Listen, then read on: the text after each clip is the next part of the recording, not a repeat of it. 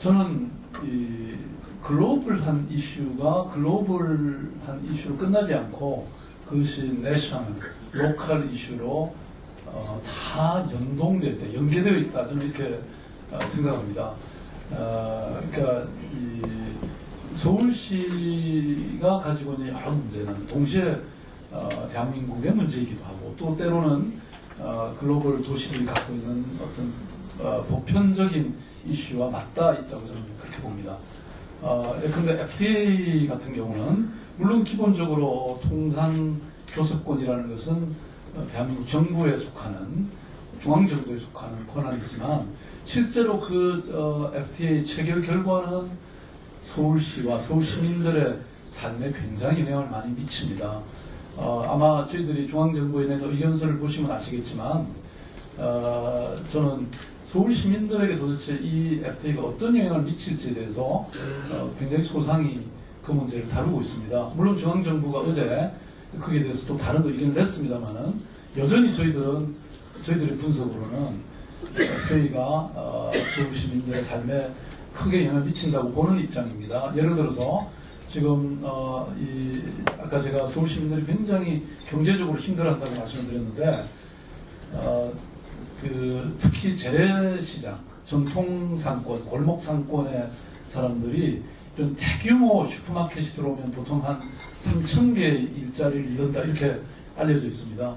그런데 그것을 부분적으로 제한하는 법률이 지금 제정되어 있고 또 서울시 조례도 반영이 되어 있습니다만은 만약에 FTA가 체결이 되면 이런 것들을 이런 법률들이 FTA에 의해서 무력화되고 그것 때문에 곧바로 서울 시민들 특히 그런 상인들이 영향을 받게 되어 있습니다. 그래서 그런 관점에서 그것을 정확히 이해하고 반영해달라고 하는 그런 요청이었습니다. 저는 서울 시민의 어떤 이익을 보호하는 그런 일들을 통해서 그것이 또 단순히 서울 시민들, 서울에 살고 있는 상인들만의 문제도 아닙니다. 사실은 따져보면 이것은 또 다른 지역에 살고 있는 상인들과 또 시민들의 삶과도 직결되어 있기 때문에 이런 것은 얼마든지 제기할 수 있고 또 제기해야 된다고, 제기해야 될 의무가 있다고 저는 생각했습니다. 아무튼 이 FTA뿐만 아니라 어떤 세계의 많은 문제들이 이렇게 얽혀져 있기 때문에 어떤 영역을 넘어서 있기 때문에 저는 늘 작게는 서울보다도 더 작은 도시들과도 교류할 것이고 또 중앙정부나 다른 국가들, 다른 글로벌 도시들과도 그렇게 교류하고 협력해 나갈 그런 생각입니다.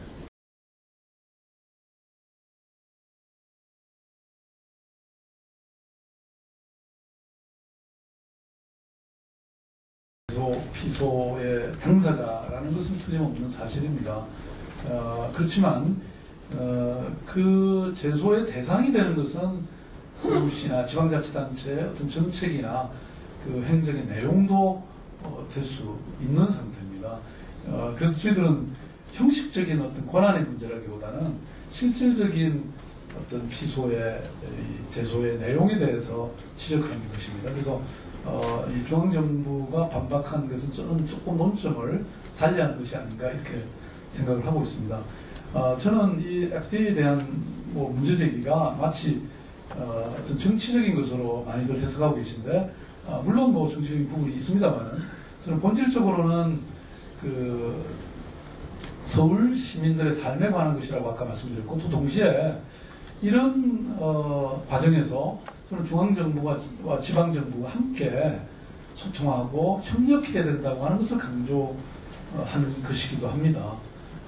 그래서 이런 부분에 대해서 어떤 FTA가 체결됨으로써 어떻게 그 서울 시민의 또는 국민들에게 삶에 영향을 미칠 수 있는지 여러 가지 정보나 그런 가능성에 대한 솔직한 그런 어떤 공유와 제공이 있어야 된다고 저는 생각했는데 그런 것이 충분하지 못했다고 생각합니다. 그래서 중앙정부와 지방정부가 이 문제를 함께 논의하는 그런 어떤 창구를 만들어달라 이런 얘기도 그 내용 중에 있었는데 그런 것이 일부는 약속이 돼서 고맙게 생각합니다만 또 동시에 이거에 대해서는 아직 충분히 답이 안 됐다고 생각해서 그것은 또 유감으로 생각하는 판입니다. 네.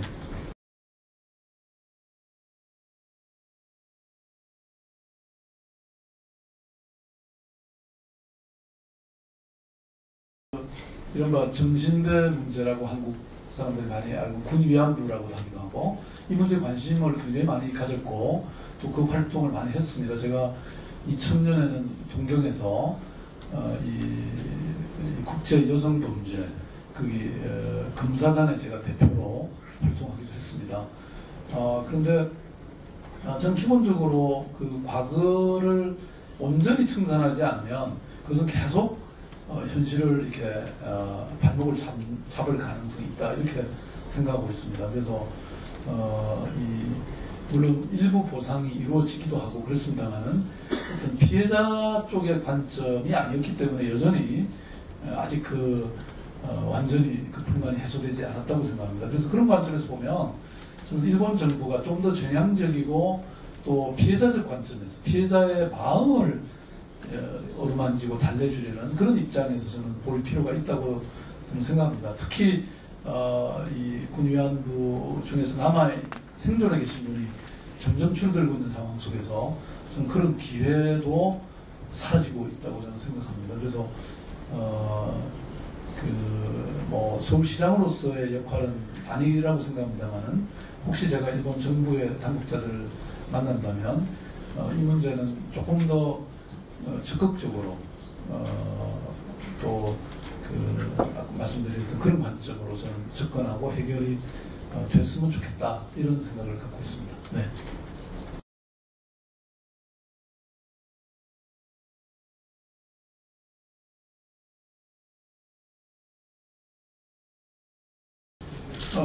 물론 최근 이제 그리스의 이 위기를 인용해서 한국의 복지병이라 그럴까 복지 포퓰리즘을 얘기하는 분들도 계십니다. 우려하시는 건 좋은데 저는 지금 그리스나 유럽의 복지병이라고 해야 되나요? 복지의 문제를 바로 비교하는 것은 무리가 있다 이렇게 생각합니다. 왜냐하면 여러분 잘 보시다시피 한국의 지금 예컨대 서울시가 이렇게 투자하고자 하는 이 복지가 다 되더라도 여전히 너무나 부족한 유럽의 여러 도시나 국가들에 비교하면 너무나 부족한 상황입니다. 앞으로 저는 이것이 10년간 가도 저는 유럽의 수준은 도달하기 어렵다고 저는 보고 있습니다.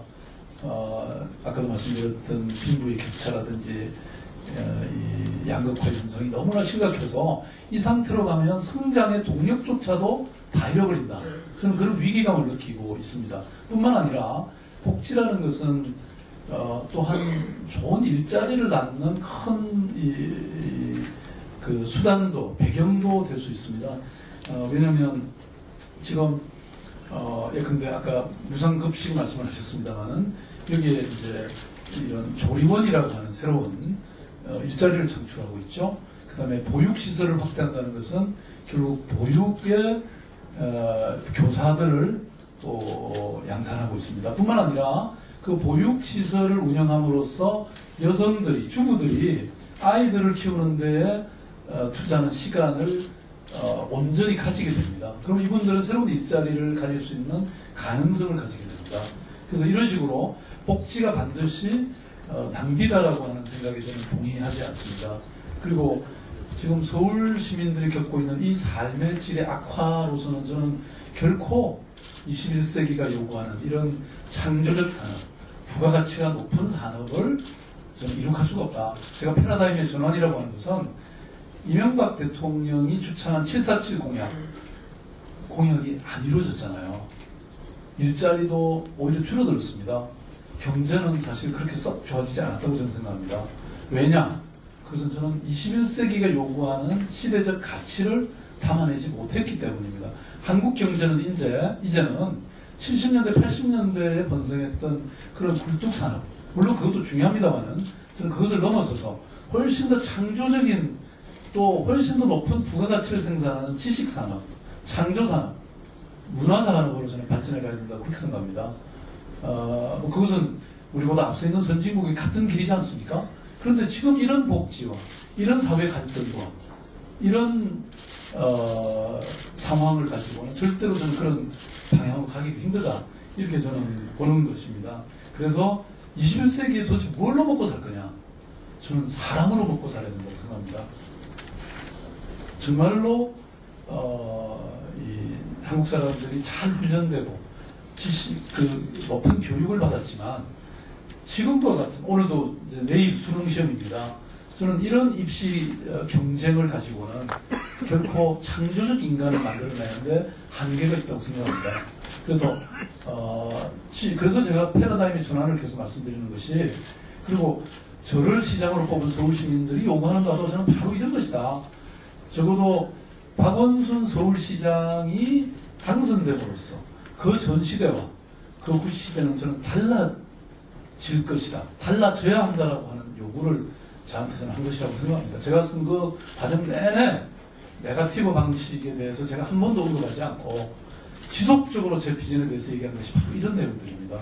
저는 이것을 선택해 주셨다고 생각하고 있습니다. 네.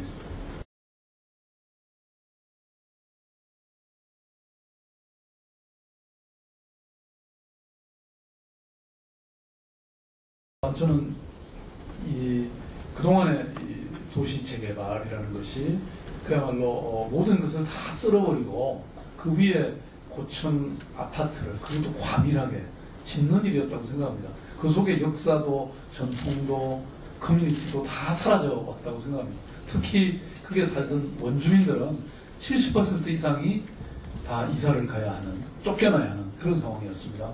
그야말로 커뮤니티 자체가 사라져 온 것이죠. 그래서 그 뿌리를 말하자면 절단당한 그런 상황이었습니다.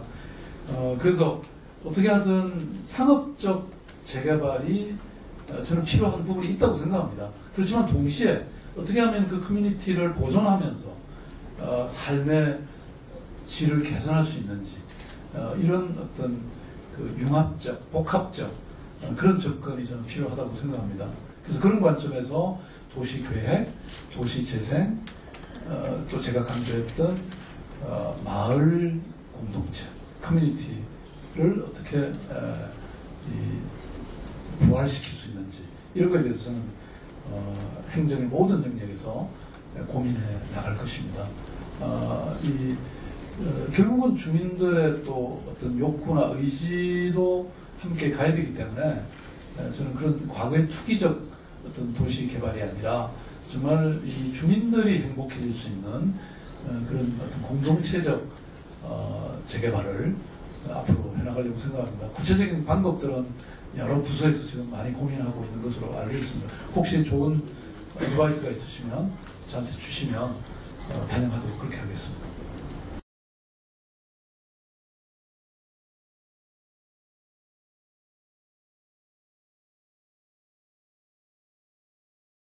이 갈등이 없고 분쟁이 없는 도시는 없었다고 생각합니다. 그런 시대는 없었다고 생각합니다. 그러나 과거에는 그것을 눌렀던 것이죠. 아예 얘기를 들어주지 않기 때문에 아무 곳에도 분출할 수가 없었던 것이죠. 아마도 서울시청에 이렇게 몰려와서 요구하고 있는 분들은 적어도 박원순 시장은 들어줄 것이다라고 하는 기대가 있기 때문이라고 저는 생각합니다. 저는 많은 시간을 들여서 들으려고 합니다. 또 시청에 오는 사람만 들을 것이 아니라 찾아갈 것입니다. 저는 많은 행정의 일상적 과정들은 여기 계신 1, 2 행정부시장님, 정무부시장님 계십니다. 또 수많은 여러 분의 고위 간부들이 있습니다. 저는 이런 분들이 잘 해내실 수 있다고 저는 믿고 있습니다. 저는 시민들의 얘기들을 들어드리는 이런 시장이 되고자 합니다. 그리고 그것은 단순히 시간의 낭비가 저는 아니라고 생각합니다. 그 아픈 소리들을 들으면서 저는 많은 정책적 과제들을 추려낼 수 있다고 저는 생각합니다. 저는 현장주의자입니다. 현장에 가보면 문제의 본질도 알 수 있고 그 답도 그게 다 있다고 생각합니다. 지금까지 아까 제가 말씀드린 것처럼 오세훈 시장이나 이명박 대통령의 문제는 결코 현장의 소리를 듣지 않았다는 것입니다. 저는 책상에서 하는 행정은 늘 한계가 있다고 생각합니다. 그래서 많은 것들은 이 어떤 전결제도를 통해서 저는 그것도 혁신을 하려고 합니다만은 지금의 간부들이 많은 경우를 담당하시고, 저는 아까 말씀드렸던 그런 패러다임의 전환의 필요한 이런 중요한 것들, 또 사소하지만 또 시민들의 아픔을 해결해낼 수 있는 이런 것들을 제가 담당하는 그런 시장이 되고자 합니다.